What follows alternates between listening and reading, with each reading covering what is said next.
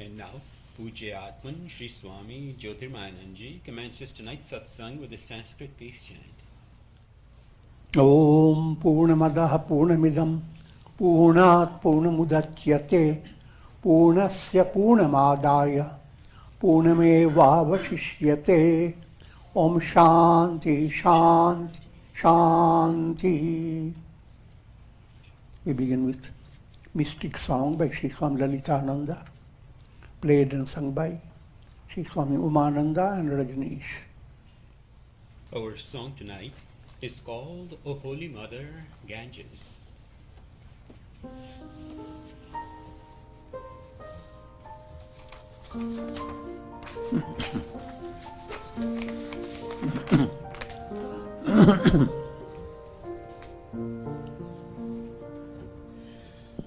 I remember the first time I saw you shining in the early morning sun, with your sparkling waters flowing on, reflecting the clouds in the sky.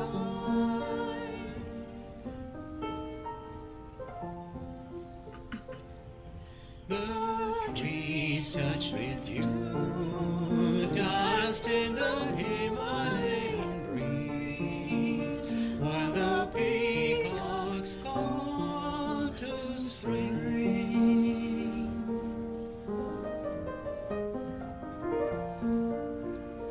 Carry me in your arms to the sea of eternity.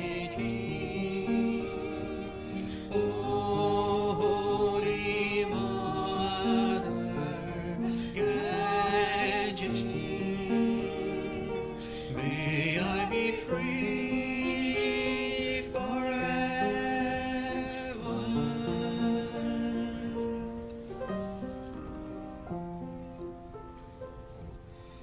O sweet river Ganges, just as you uproot unbending trees in your swift current, take my pride and ego away, away. May I be like the bamboo trees, bending in adoration and love.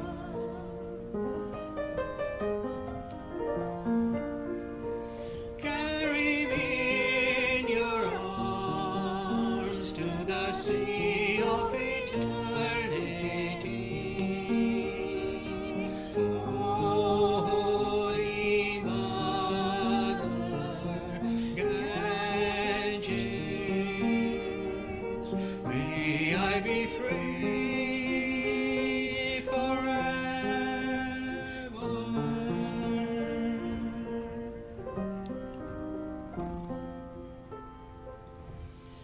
For centuries the sannyasis with folded hands prayed in the moonlight on the silvery sands, while your cool water swirled and surged over rocks, giving a hope and joy unknown.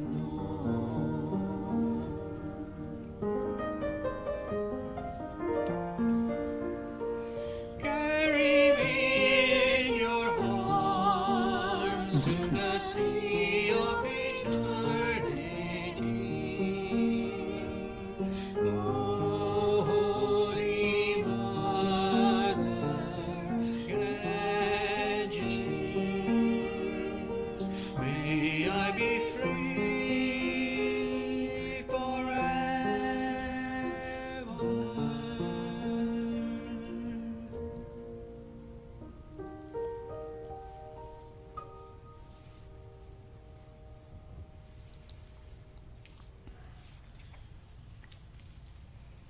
We are recording from the ashram of our revered Guru, Pujya Atman Sri Swami Jyotirmayananda in Miami, Florida.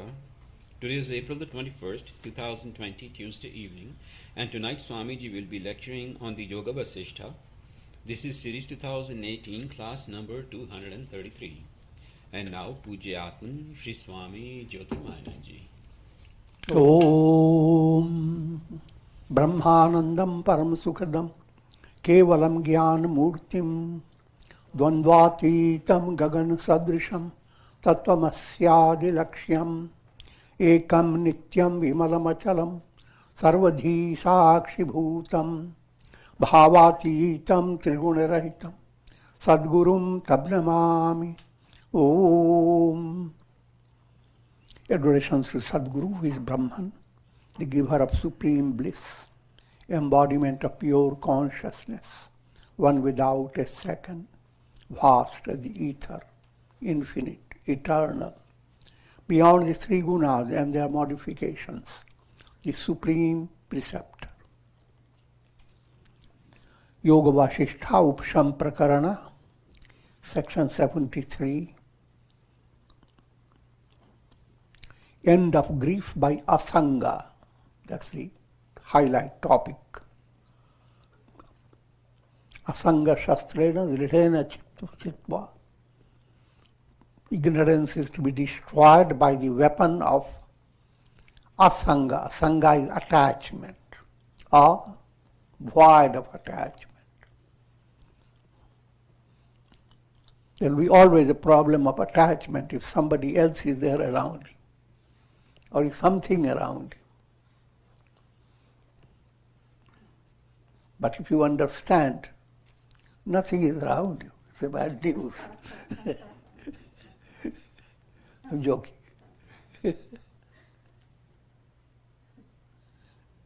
Think in your dream, you are going through wonderful experience with your near and dear ones. And those near and dear ones, they are totally different from the practical reality. But in your dream, you are not concerned with that. And you want to secure all your relations. You want to secure your happiness in your dream. But the truth is, all your experience in your dream is illusory. All that lies before your eyes are just lies. So therefore, the question of attachment doesn't arise. But your mind first has to grasp that any effort to be attached to anything of your dream is in vain. And proof is, when you wake up, nothing comes with you.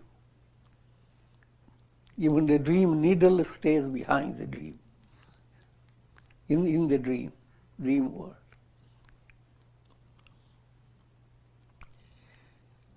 Same applies in this practical world. The world experience is very similar to dream experience. The scriptures call it long dream. And again, I will be reiterating, all that you experience is through your brain and nervous system. It's just like experiences through an iPad. And everyone has their own iPad. Every soul has its own iPad.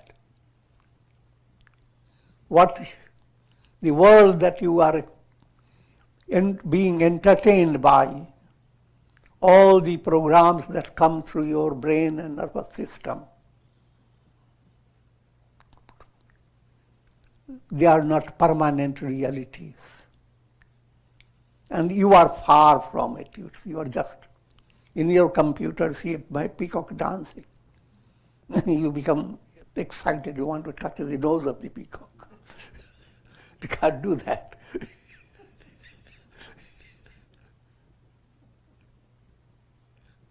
In the same way,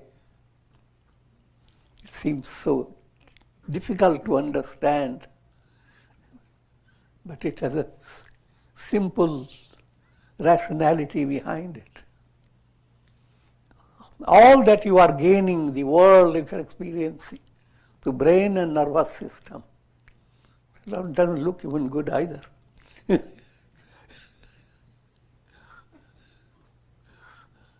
Nothing can you hold on to.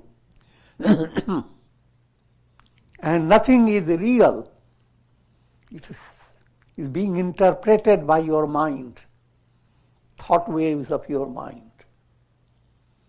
And I will not go on too much in that direction, but that has to, when you are calm and reflective, you allow your mind to work upon it.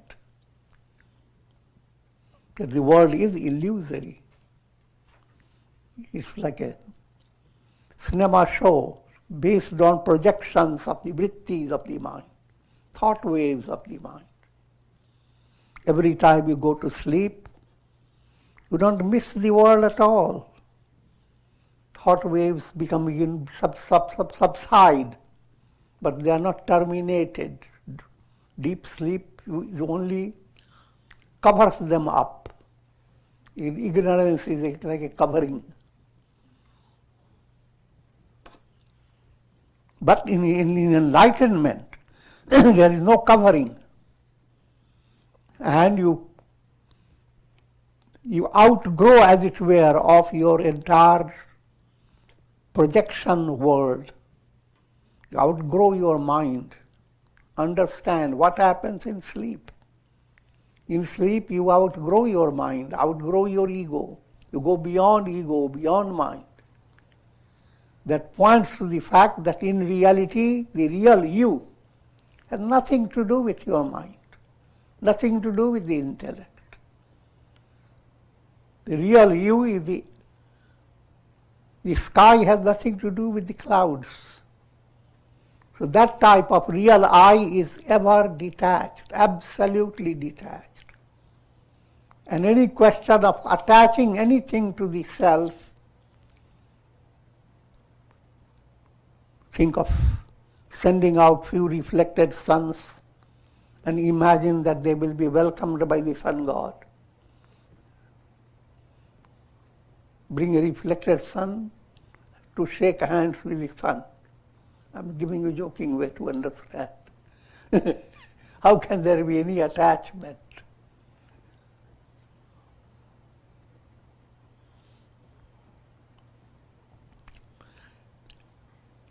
But this state of profound revelation of I am, Aham Brahmasmi, Ekoham, Dvitiyo Nasti. I'm one alone. There is no duality. That's the truth. How long it will take to attain the truth, that is a different matter. The truth remains intact. How long you go on dreaming, that's a different matter. But you are intact on the bed. I'm speaking on the ordinary way. Bed is not running away. Truth is not running away. Truth is ever the same.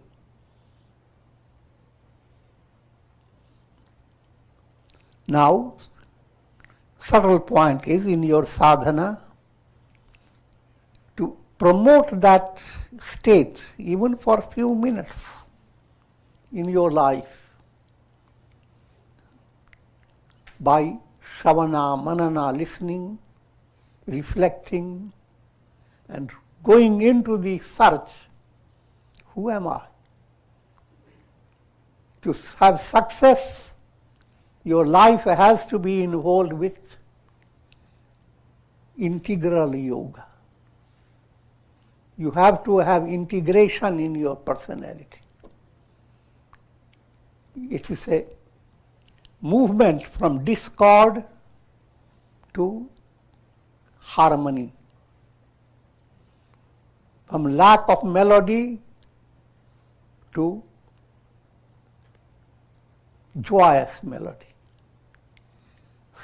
So, all the notes that you use in music, none can you throw away, no matter how discordant they are. Karma, bhakti, dhyana, jnana, these are the four important chords in the veena of your personality. And they must bring out a harmonious melody. And the highest melody that comes out of it is the melody of eternity.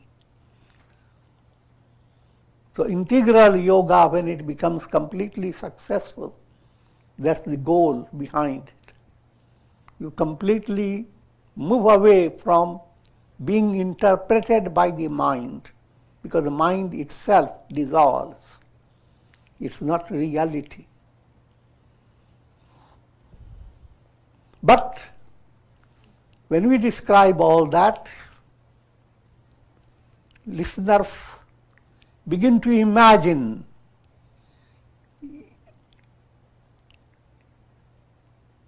in the same way as you imagine somebody is hiding a treasure. In other words, you imagine it in terms of time, space. When I attain liberation, then that will happen. Will I be able to handle it?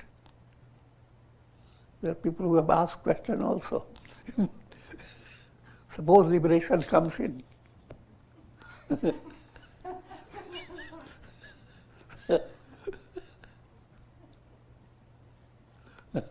I become the only reality. Then what will happen to my children, my family, my near and dear ones? I'm joking.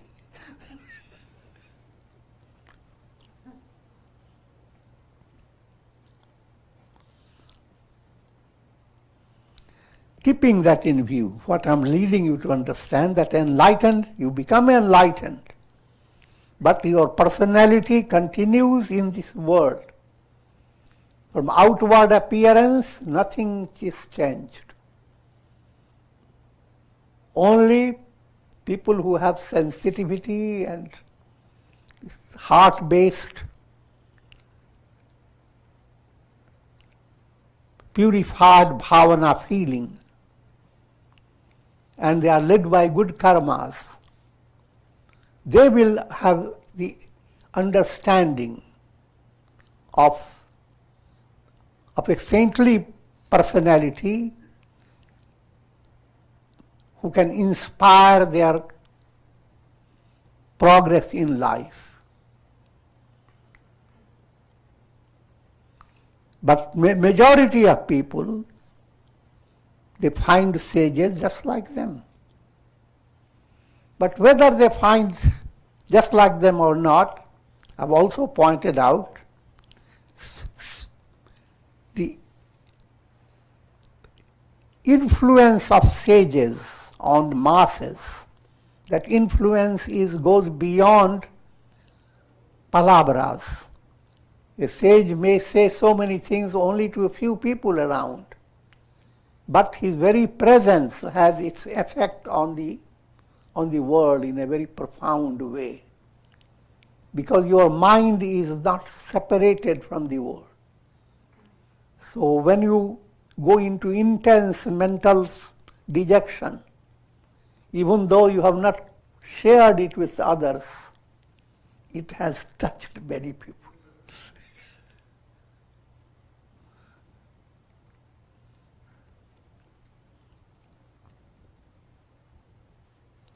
O Rama, though seeing various objects, the eyes continue to remain detached from them. Your best guru is your own eyes to give you insight into detachment. Your eyes are seeing so many things, but nothing sticks to your eyes. If you will allow, if the slightest particle to stick to it, it will not be comfortable at all.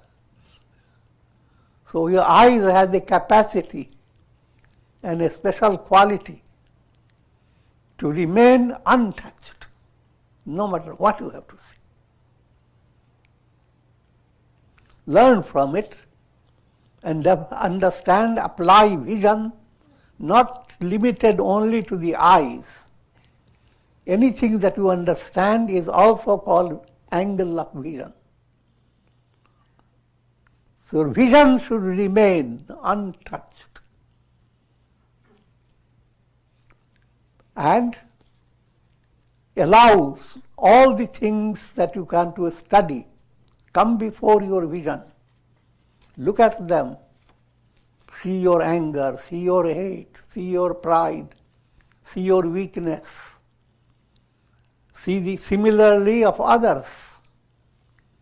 Understand with yourself, you use your own inner insight and your own sadhana. When you see in others, it has two implications. In divine plan, others are not simply others.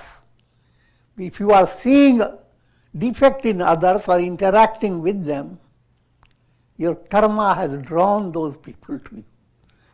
Therefore, you are interacting with them. And you have to learn, you are going to learn some lesson, whether you like it or not.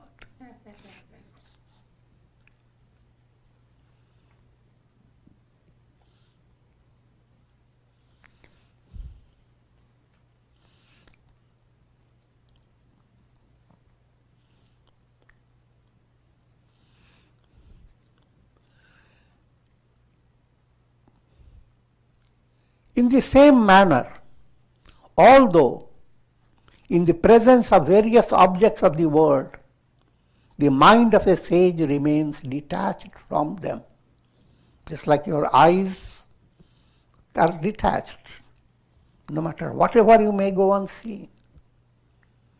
Similarly, the mind in you, the mind of if your mind has that detachment, you are a sage. You are enlightened.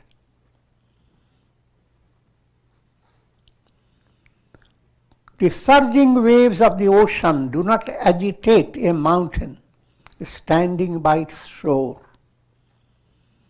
In the same manner, he who has discovered the mystic path of Brahman is not agitated by the waves of pleasure and pain.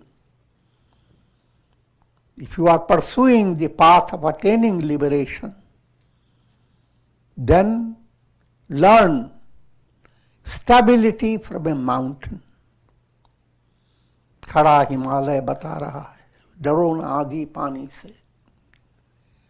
Mountain, the folk song in India. To instill strength in young people,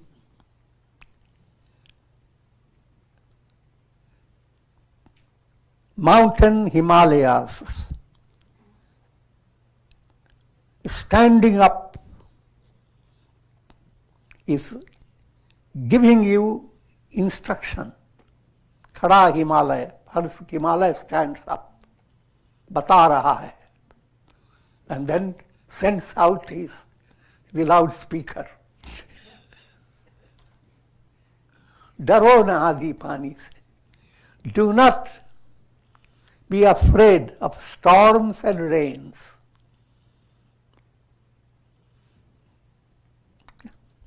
And again, I'm using a lot of humor in it. Himalaya doesn't have to use any loudspeaker. Without saying anything, Himalaya is giving you that inspiration.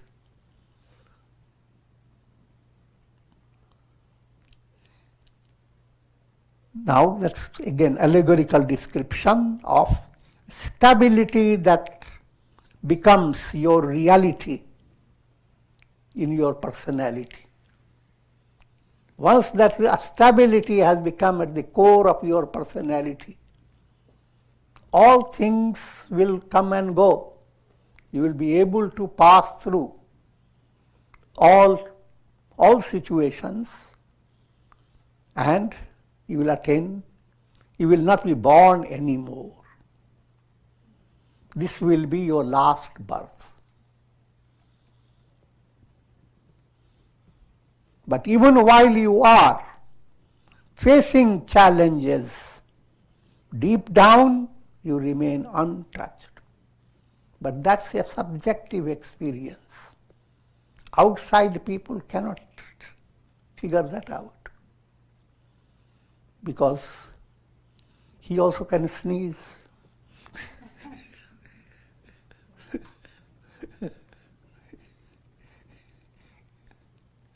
I'm joking. The idea is all physical disabilities can occur in a sage. All symptoms of decay and dying will occur. But all that will occur do not in any way alter his deep revelation, Aham Brahma. So in the midst of all sufferings, a sage ends up with a very peaceful face. And sometimes you hear uttering names of God, Ram, Ram, and a serene face, joyous lips. But if that doesn't happen again, don't go after exact literal description. It happens in an unconscious way.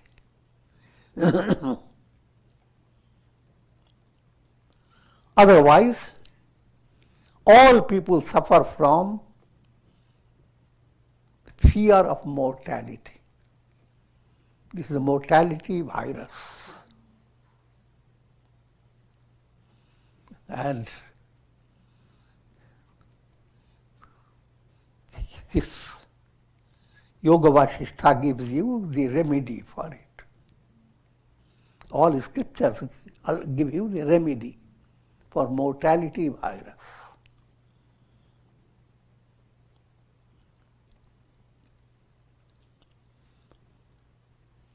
Also understand, again coming back to very practical reality, sometimes any disease or virus type of problem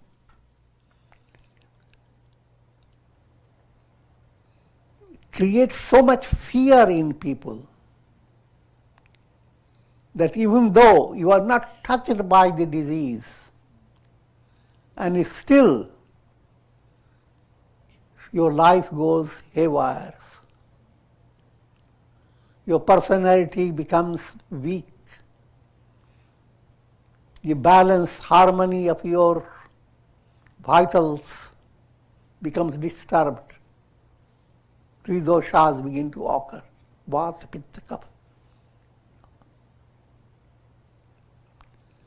I will not go further in detail in that way. We continue with it. And of course, just reminding you of a simple episode. A traveler going in the train, it's an old time story, meets the spirit of Karada. And they start chatting in the compartment. Person asks, where are you going? He says, I have already coming from a particular place. And what were you doing there? I went to kill 500 people. But 50,000 people have been killed.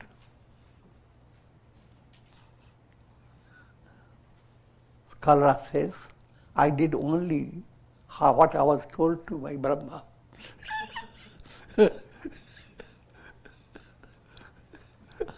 Others died out of fear.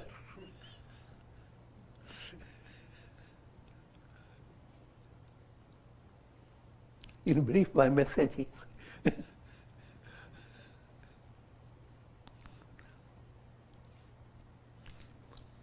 coronavirus.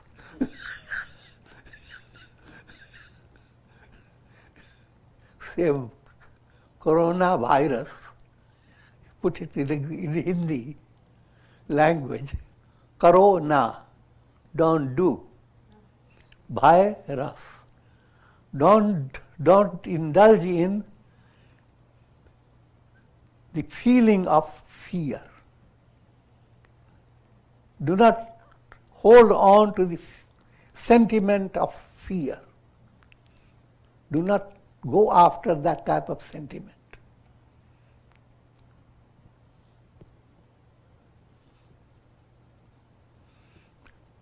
And put it more in a broad way.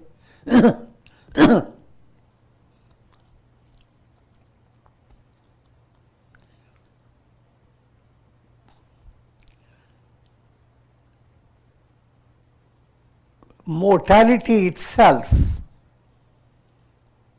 is a constant source of fear for your mind. As long as you view that you are going to die, that rings the bell each time you celebrate your birthday. You have to blow out the candles.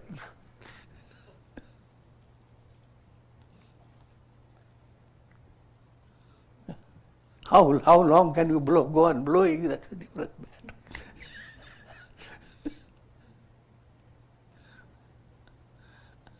Human mind,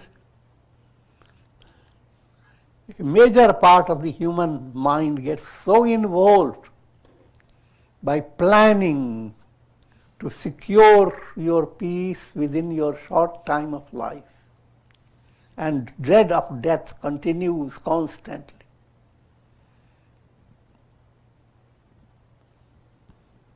The remedy, of course, is your being guided on the spiritual path, practicing integral yoga, and getting profoundly involved in satsanga, listening to these teachings of Yoga Vasistha, reflecting, meditating, and ascending the steps.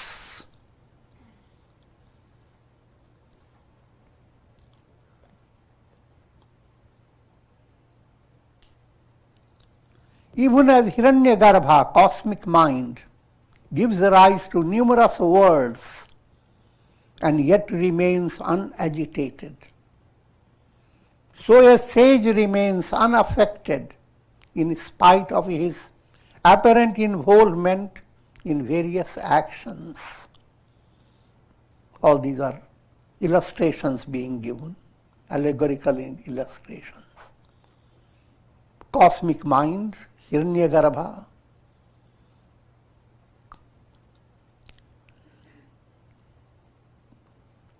is like the ocean.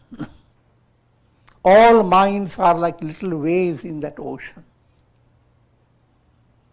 That cosmic mind brings about countless world systems, holds them, like ocean holds all the waves.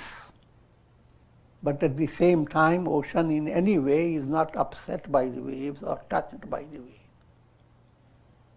The sky holds countless stars, planets, stars, Milky Ways. And look at the sky, still it is blue, untouched. So that's your reality of your personality. The real I am is absolutely untouched, but it can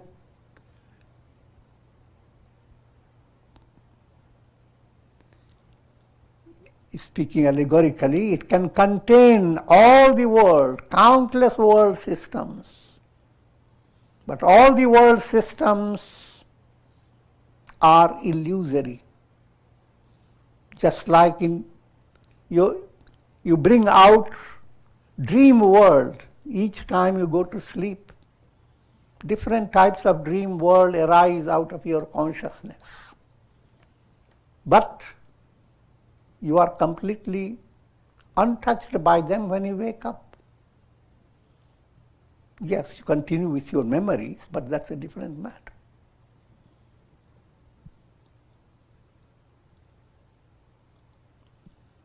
Although a piece of gold is apparently tainted by mud, it is inwardly unaffected in its quality.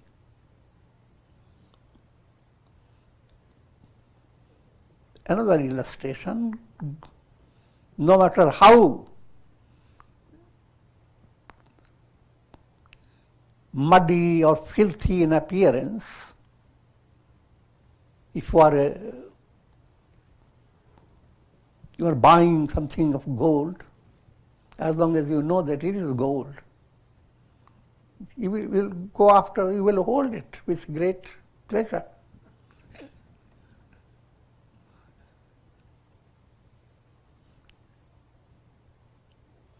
Because all the filth does not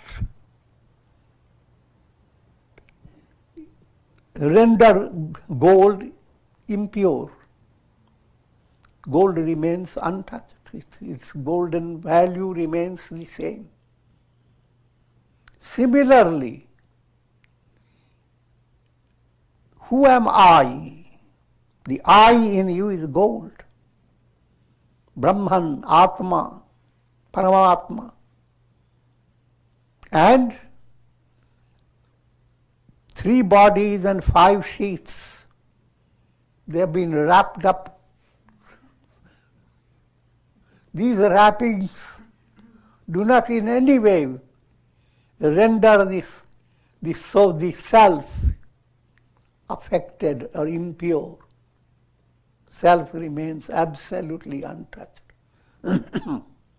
And these wrappings have no value. The self alone has real value.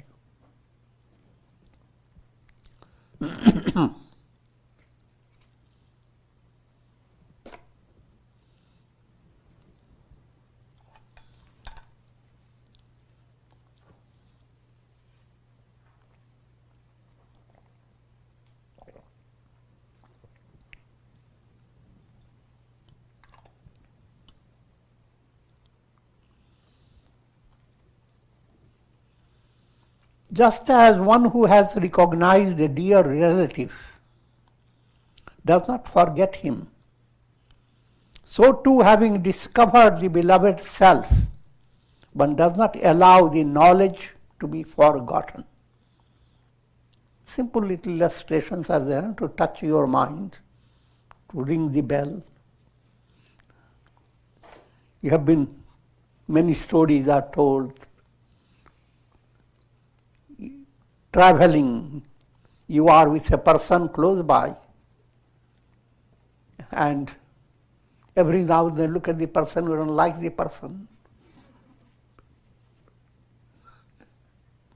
You find so many defects.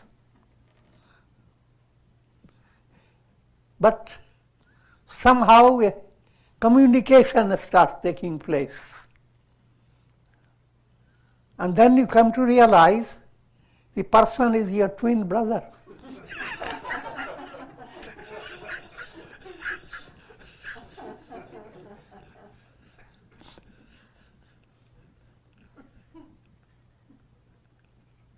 Now, all that you studied so far about the person goes to dump.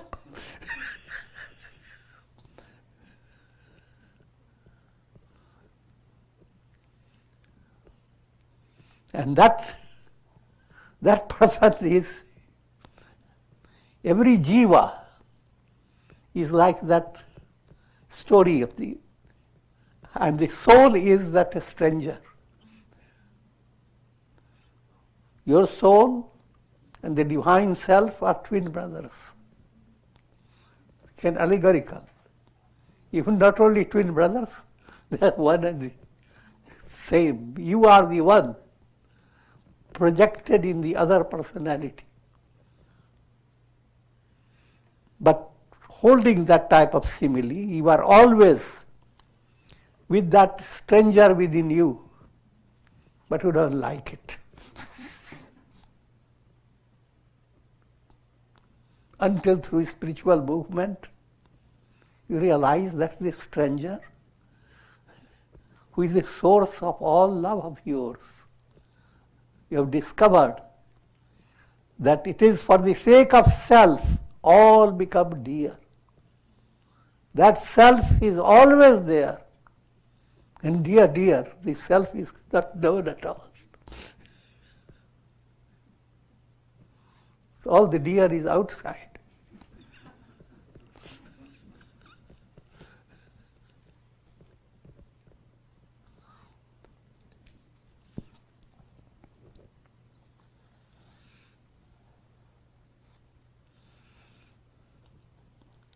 Just as the water that has been trickling down a rock dries up when the rains are over, so too with the removal of ignorance, the desires of the heart no longer flow towards the objects of the world. Thus the predicament of the desires. You are desiring for things you love. But all the things that you love, they are not realities. Really what you love is your own self.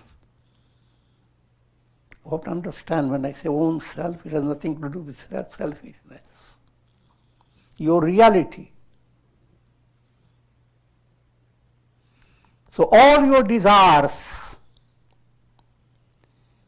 that move away from discovering the self, desires that lead you to love things outside of yourself, finding the fulfillment of love away from you. That's the predicament of the world, one who is deluded by the world.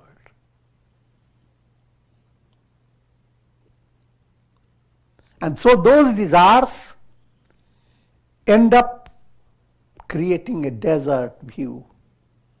All the work you do, how much effort and austerity you do to sustain your desires.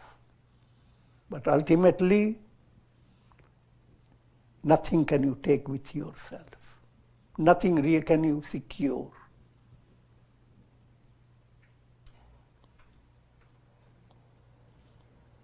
So it's just like desires flow like beautiful river. But instead of ending in the ocean, they end up in a desert. If you do sadhana, then desires flow like rivers flowing to the ocean of immortality. Two types of flow of desire. Spiritual desire is aspiration. When aspiration develops, now you are becoming a river going to meet the ocean. You are discovering yourself in a profoundly fulfilled manner. But if you are led by desires, then you are dependent upon the fulfillment of desire in the world of time and space. So no matter how things may be secured by you, they are all perishable. And they are all superficial.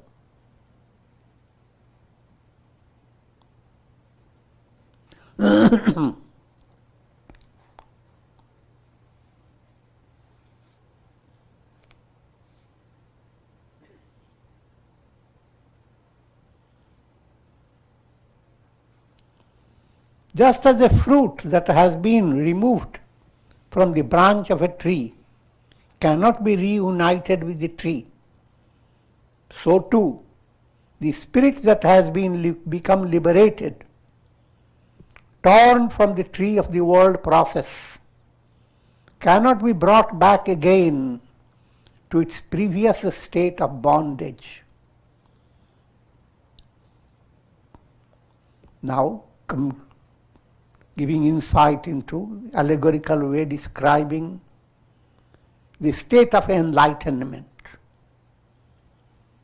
Once you are enlightened, you cannot be gripped by the world process.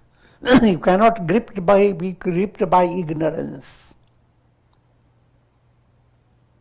Just like a fruit that has been taken from the tree, it can't be put back unless you do it artificially.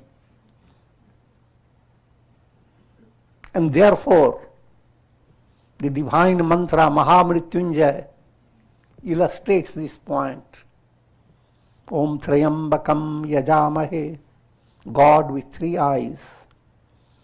Two eyes are the relative world, third transcending the world.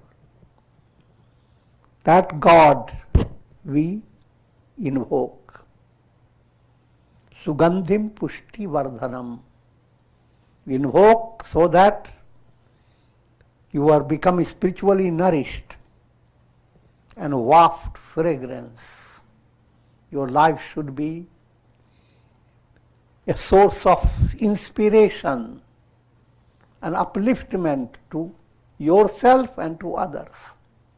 So two words are used, Sugandhim Pushti Vardhanam. And if you have come to a maturity of that, now you become a cucumber fruit. So big, and the world process becomes the creeper. And the creeper can't hold this fruit, restrict the fruit. The world process now can't restrict you. You have outgrown the world. And no way can you be led back to it.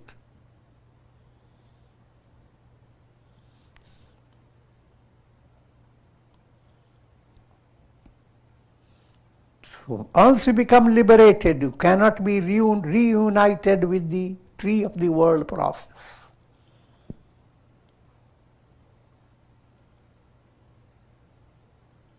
O Rama, a lady who is attached to her lover will continue to remember him with fondness even though she may be engaged in various activities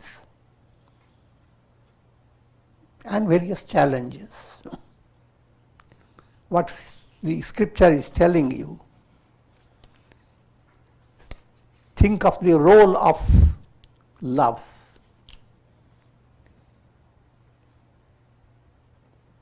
Of course, at the mass level, love is sentimental and it has its own role. You can have pure love that gradually leads you to love of God.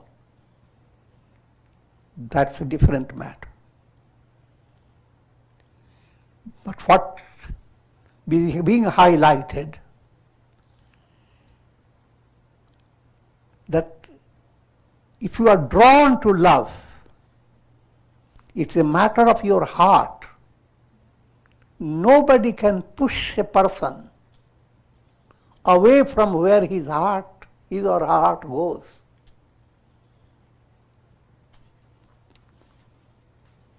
So therefore, your attitude should not be in the terms of physical violence or force or compelling a person.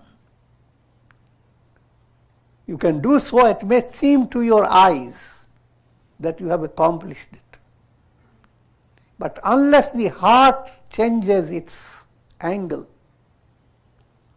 real remedy is not found.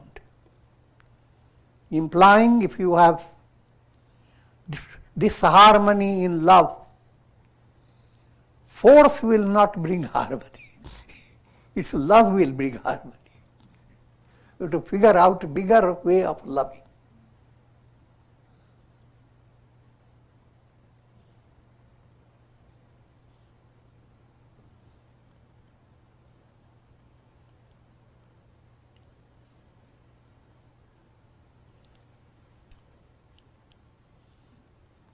And of course, all this I'm leading you to understand.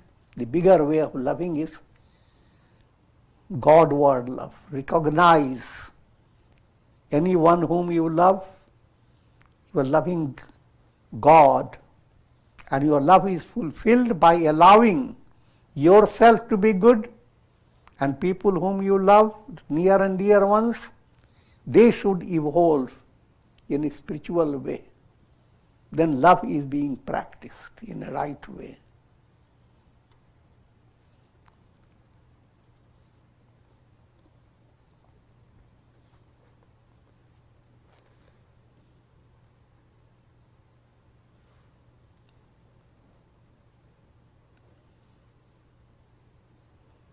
O Rama, is there anyone so mighty and strong that can force his wife to forget the one whom she loves in the secrecy of her heart? It goes both ways.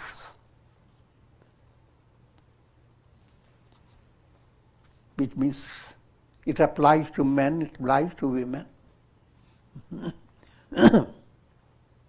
If man is loving someone in the heart, the wife can't just shut up his food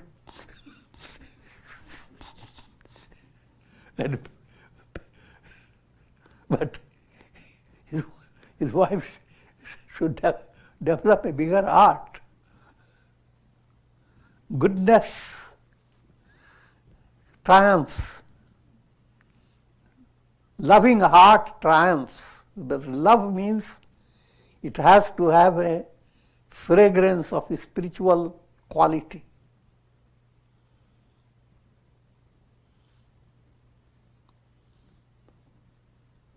If it is spiritual quality, then you don't treat a negative situation in a negative way.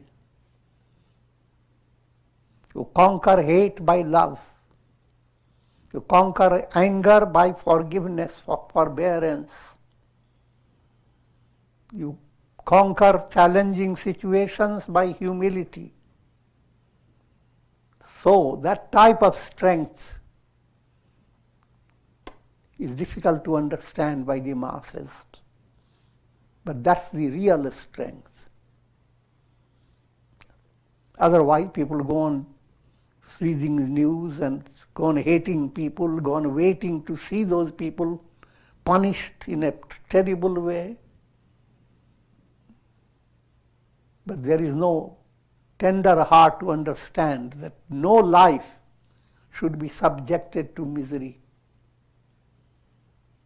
And the cure behind all diseases, all troubles of this world is love of the heart, love that is divine. Therefore, the Upanishad says, Sarve bhavantu sukhina. May all be happy.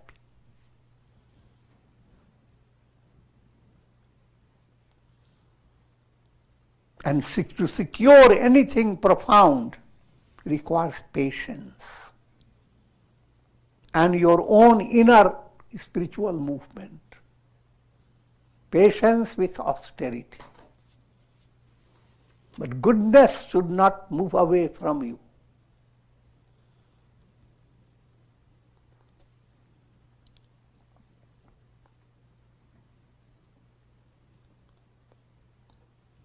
Just as the nectar from different flowers become one in the form of honey, in the same way, the joys arising out of different objects of the world are unified in the bliss of Brahman.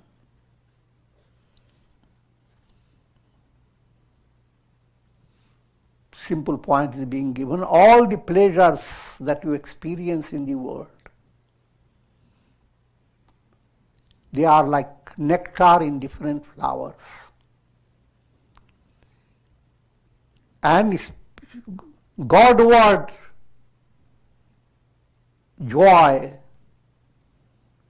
that you experience is like honey. Honey has already contained countless nectar from countless flowers.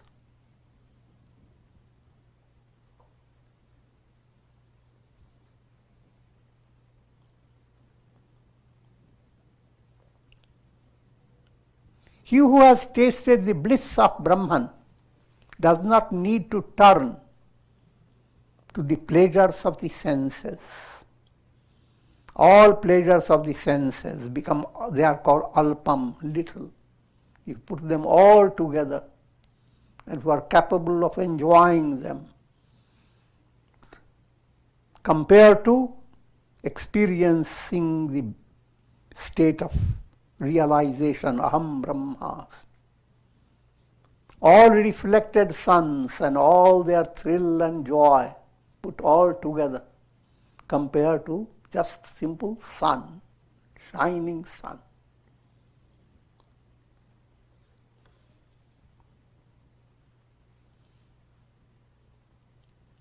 Established in the self, a sage, though afflicted and tortured in the world, is inwardly unaffected.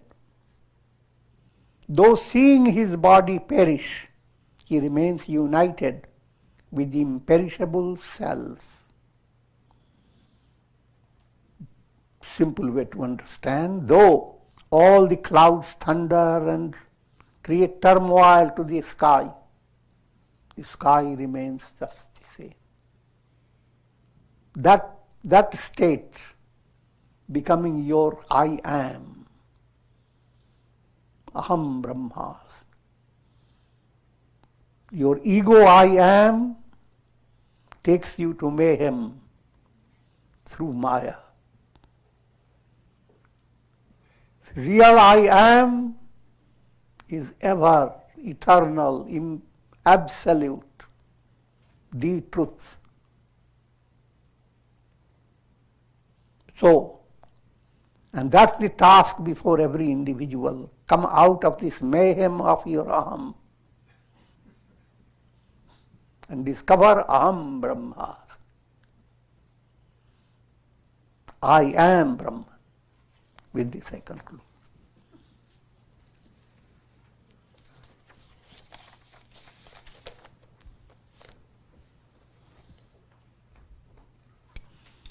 Om Trayambakam Yajamahe Sugandhim Pushtivardhanam Urvarukmabandhanan Mrityor Mukshiyamamritat.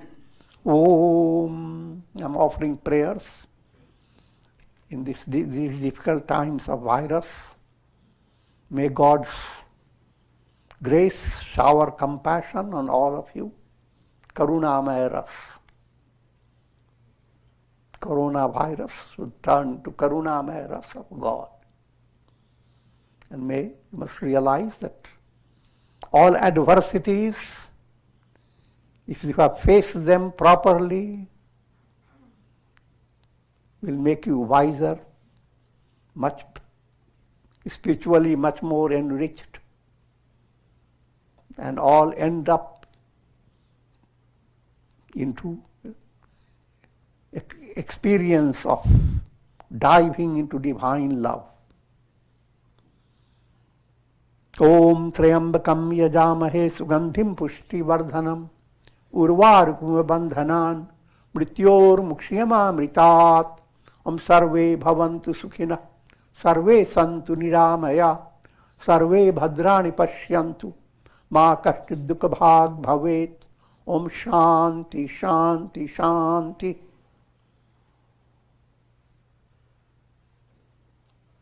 Hari Om Tat Sat.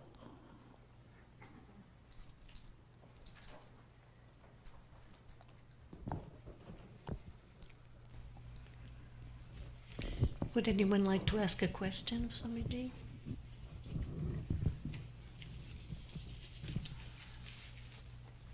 Okay. Well, one more tasty bit of prasad from Swamiji's wisdom. Failure is a step to success because it offers a wonderful lesson in life. You should never despair. There is nothing impossible for you. Each drop of the Ganges River must reach the ocean. So too, everyone must reach the final destination, the self. Resolve to rid yourself of all forms of mental conflict.